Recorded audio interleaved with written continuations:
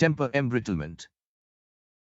Embrittlement is the loss of toughness in some low alloy steels caused by long-term exposure to temperatures between 650 degrees Fahrenheit and 1070 degrees Fahrenheit, 343 degrees Celsius, 577 degrees Celsius. Because of this metallurgical change, ductile to brittle transition temperature, DBTT, increases. This change is detected using Sharpe V-notch impact test. At normal operating temperature, the loss of toughness may not be noticeable. But during startup and shutdown, the material may become brittle and susceptible to brittle fracture. Temper embrittlement वो स्थिति है जिसमें low alloy steel की toughness कम हो जाती है। ये डैमेज तब होता है जब मटेरियल लंबे समय तक 650 degree Fahrenheit 1070 degrees Fahrenheit 343 degree Celsius 577 degree Celsius temperature range में ऑपरेट करता है। इससे ductile to brittle transition temperature DBTT बढ़ जाती है। ये शार्पी V-नॉच इम्पैक्ट टेस्ट से पता चलता है। नॉर्मल ऑपरेशन में डैमेज दिखाई नहीं देता, लेकिन स्टार्टअप और शटडाउन के समय ब्रिटल फ्रैक्चर का खतरा बढ़ जाता है। Affected materials. Materials most affected: 2.25 Cr 1 mo low alloy steel, 3 Cr 1 mo steel, less susceptible, Cr mo V-rotor steels. Some high-strength low alloy steels. Older 2.25 Cr 1 mo steels manufactured before 1972 are more susceptible. C-0.5 mo materials less affected. 1 Cr-0.5 mo 1.25 Cr-0.5 mo. Weld metal is generally more susceptible than base metal. Jin materials में ये damage ज़्यादा होता है: A 2.25 Cr 1 mo low alloy steel, B 3 Cr 1 mo steel, C Cr mo V-rotor steels। कुछ high strength लो alloy steels 1972 से पहले बने 2.25 Cr 1 mo materials ज़्यादा सेंसिटिव होते हैं।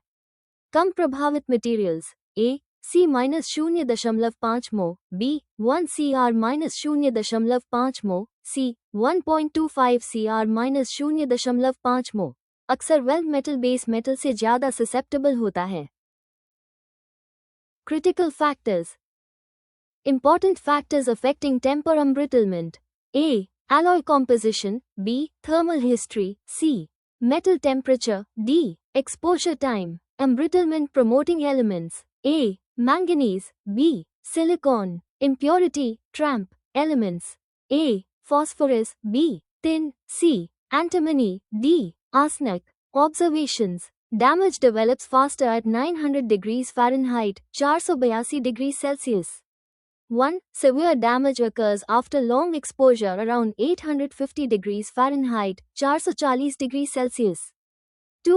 Most embrittlement occurs after many years of service. Critical factors.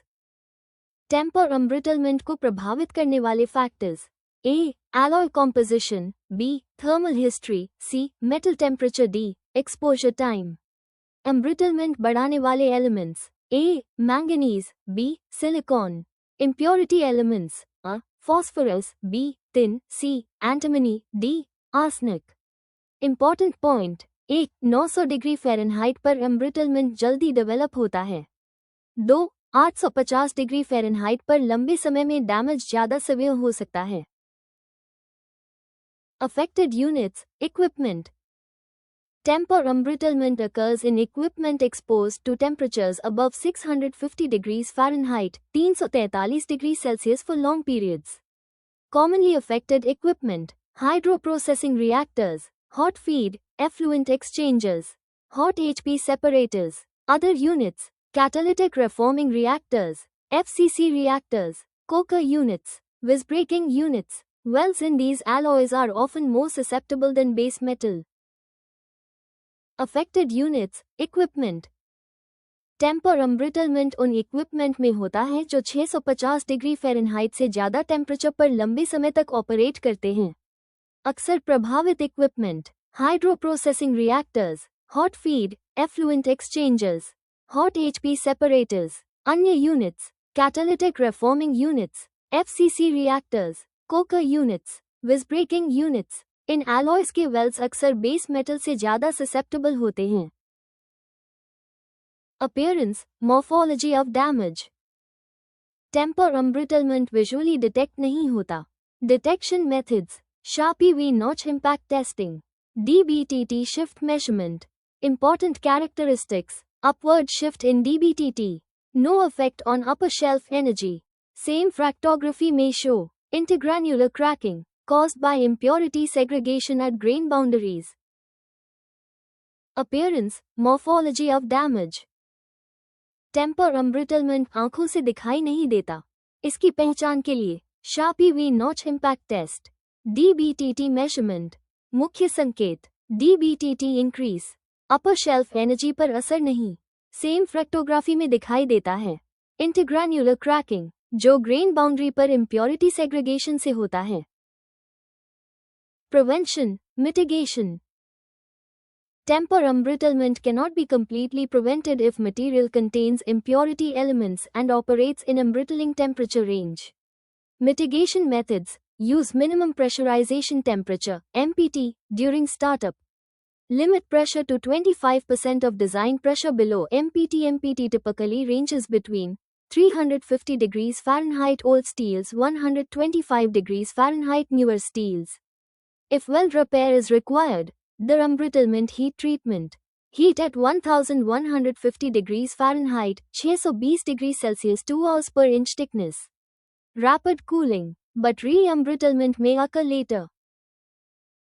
Prevention, mitigation. अगर material में impurity elements हैं और वो embrittling टेम्परेचर रेंज में ऑपरेट करता है, तो टेम्पर एम्ब्रिटलमेंट को पूरी तरह रोका नहीं जा सकता. मिटिगेशन, स्टार्टअप के दौरान minimum pressurization temperature (MPT) follow करना. प्रेशर लिमिट, डिजाइन प्रेशर का लगभग 25% typical MPT range, 350 degrees Fahrenheit old steels, 125 degrees Fahrenheit new steels. अगर वेल रिपेयर किया जाए, the embrittlement heat treatment 1150 degrees Fahrenheit heating, 2 hours per inch thickness. Rapid cooling, लेकिन बाद में री एम्ब्रिटलमेंट हो सकता है.